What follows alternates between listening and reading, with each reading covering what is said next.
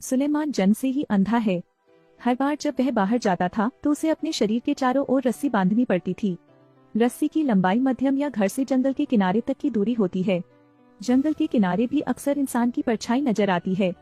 हालांकि सुलेमान जन्म दोष के साथ पैदा हुआ था, उसकी मां ने उसे हर दिन शिकार पर जाने के लिए मजबूर किया। पेड़ से लटके बक्से प्रतीक हैं। डिब्बे के नीचे पशु जाल रखें। जब वह अपने शिकार को पकड़ता था तो उसकी माँ उससे कहती थी कि वह उसके लिए आधा छोड़ दे और बाकी को जंगल में फेंक दे। उस दिन सुलेमान हमेशा की तरह अपने शिकार को देखने गया, लेकिन एक संग लगी जंजीर से छू गया। इसे मत छुओ, आप क्या कर रही हैं? उसकी माँ के रूप ने सुलेमान को डरा दिया। माँ ने लोहे की जंजीर के बारे में भी कुछ नहीं कहा। माँ बस उसे घर ले जाने के लिए दौड़ी। उस रात जब उसकी माता ने सुलेमान को सुला दिया तब वह द्वार खोलकर बाहर चली गई। माँ का साया धीरे धीरे अंधेरे में ओझल हो गया। अंधेरे का अंत जंगल है। 10 साल बीत चुके हैं, अब सोलोमन भी बालिग हो चुका है। उस रात के बाद से मेरी माँ नहीं लौटी। माँ ने सोलोमन और एक बूढ़ी पहाड़ी बकरी के लिए केवल एक टेप रिकॉर्डर छोड़ा। माँ के टेप की सामग्री उत्तरजीविता के 3 सिद्धांतों को संदर्भित करती है। सबसे पहले, शिकार किए गए शिकार को आधा में बांटा जाना चाहिए और फिर जंगल में फेंक दिया जाना चाहिए। दूसरा, जब वह हताश था उसने वह भजन गाया जो उसकी माँ ने उसे सिखाया था। तीसरी और सबसे महत्वपूर्ण बात, जब सुलेमान बाहर गया, चाहे कुछ भी हो, उसे एक रस्सी बांधनी थी। हालांकि वह नहीं जानता था कि उसे ऐसा क्यों करना पड़ा, फिर भी उसने ऐसा किया। हालांकि उस दिन जंगल में चीख पुकार मच गई, जिससे उनका स्वाभाविक रूप से शांत जीवन टूट गया।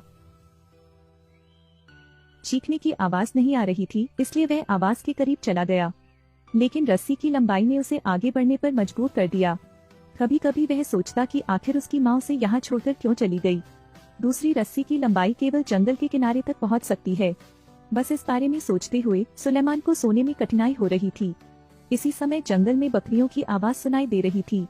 ध्वनि की दिशा का अनुसरण करते हुए सुलेमान ने झट से रस्सी बांध दी, लेकिन अब रस्सी ने उसे पीछे खींच लिया। वह नीचे झुका और जांच करने के लिए हाथ उठाया, लेकिन उसे बकरी का सिर लगा और उस पर खून लगा था। सुलेमान को संदेह हुआ तो अचानक बकरी को किसी बल द्वारा खींच लिया गया। मौसम धीरे धीरे ठंडा हो रहा है, घर में खाना कम हो गया है, बाहरी जंतु जाल भी शिकार नहीं पकड़ पाते। सुलेमान थोड़ा उदास था। वह सोच ही रहा था कि क्या किया जाए। तभी पास में गोली चलने की आवाज आई। गोलियों की आवाज सुनकर वह लड़खड़ाया, लेकिन एक हिरन जमीन पर पड़ा मिला। इस बार हाँक पीछे दिखाई दिया। हे लड़के, वह मेरा हिरन है। अजनबी की आवाज सुनकर सुलेमान ने झट से अपना खंजर निकाल लिया। जब सुलेमान को होश आया तो हाँक उसके पास बार बार उससे माफी मांग रहा था। उसने सोचा कि सुलेमान उसका शिकार चुराने जा रहा है, लेकिन ऐसा लगता है कि मुझे गलत समझा गया। अप्रत्याशित रूप से सुलेमान अभी भी एक बच्चा था, इसके अलावा एक अंधा आदमी था। वह सुलेमान की भरपाई के लिए हिरन के मांस का उपयोग करने के लिए तैयार हो गया। अभी अंधेरा हो रहा है, हाँक को रुकने के लिए जगह ढूंढनी होगी, इसलिए वह सुलेमान के घर गया। आधी रात को जब दोनों गहरी नींद में सो रहे थे तो जंगल में दहाड़ सुनाई दी। आवाज सुनकर दोनों की नींद खुल गई। हैंक ने झट से अपनी बंदूक पकड़ ली और सुलेमान से पूछा कि यह क्या है, लेकिन सुलेमान ने सिर्फ सिर हिलाया। इसलिए हैंक ने अकेले ही जंगल में जाने का फैसला किया। सोलोमन ने इसे रोका, लेकिन यह काम नहीं किया। वह अभी थोड़ा तनाव में है, क्योंकि होश में होने के कारण उसकी माता ने उसे विपरीत वन में नहीं जाने दिया। हैंक अकेले जंगल में चला गया। उसने जल्दी से एक मृत भालू की खोज की। पेड़ पर गहरी खरोंचें भी आई हैं। उसने अपनी बंदूक आगे बढ़ानी जारी रखी। इसी समय उन्होंने पास में खड़ी एक आकृति को देखा।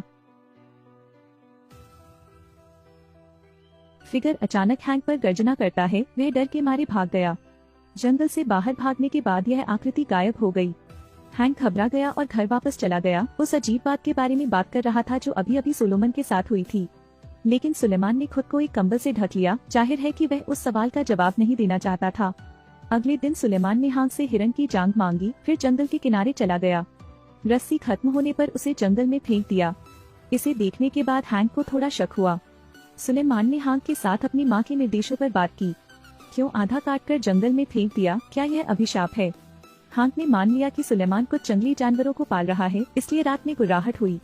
उसने सुलेमान को पता लगाने के लिए जंगल में जाने के लिए आमंत्रित किया। सुलेमान कभी जंगल नहीं गया था, इसलिए वह उत्सुक था। इसलिए सुलेमान हाँक के लिए तैयार हो गया। चूँकि रस्सी की लंबाई केवल जंगल के किनारे तक ही जा सकती है, इसलिए वे रस्सी की लंबाई बढ़ाते हैं, फिर दोनों जंगल में चले जाते हैं।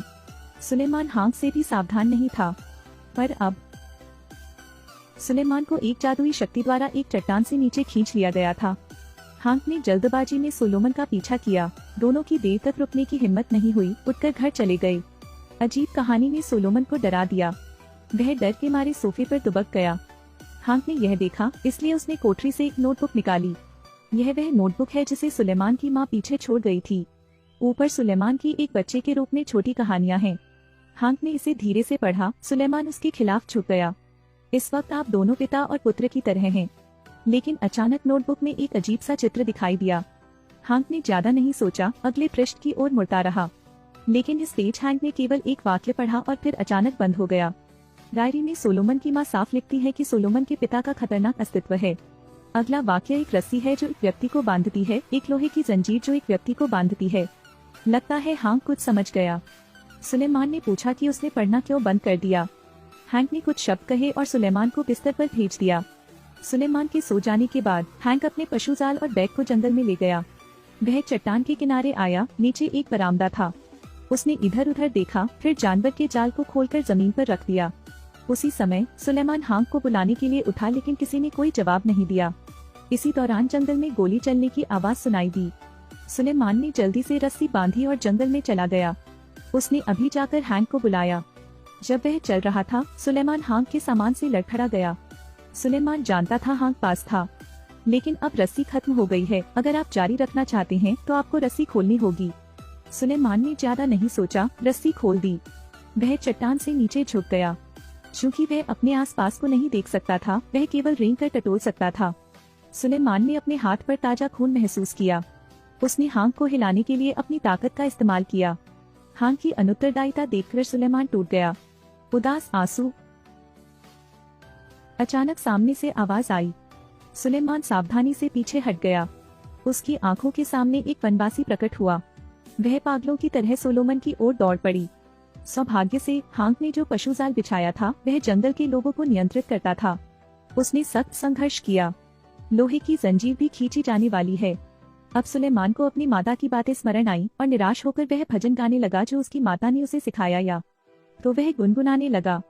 अजीब बात यह है कि जंगल के आदमी ने संघर्ष करना बंद कर दिया और सोलोमन के साथ गुनगुनाया। माँ। सुलेमान को समझ नहीं आया। यह सही है, यह वनवासी सुलेमान की माँ है। सुलेमान अपनी माँ के पास पहुंचा, जिसने अपने बेटे को कसकर गले लगा लिया। लेकिन सेकंड बाद में सुलेमान अच्छी तरह जानता था कि उसकी माँ एक राक्षस में बदल गई थी। वह केवल बेरहमी से अपनी माँ को मार सकता था। सुलेमान सोचने के लिए चिंतन वृक्ष पर झुक गया। इस समय पेड़ पर कौवे चहकते रहे। कौवा उड़ गया और सुलेमान की आंखें भी बदलने लगी।